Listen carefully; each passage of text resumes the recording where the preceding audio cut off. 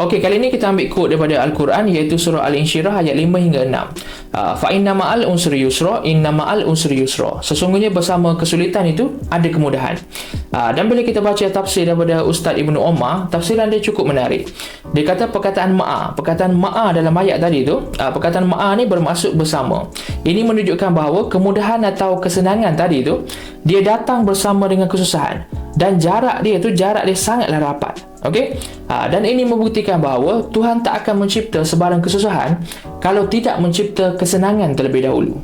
Okey, dan bila kita baca quote moden daripada Arianna Huffington pula, dia kata failure is part of success.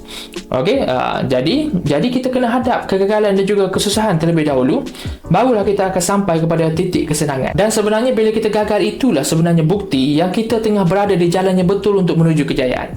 Sebab failure is part of success. Sebab bersama kesulitan itu pasti ada kemudahan.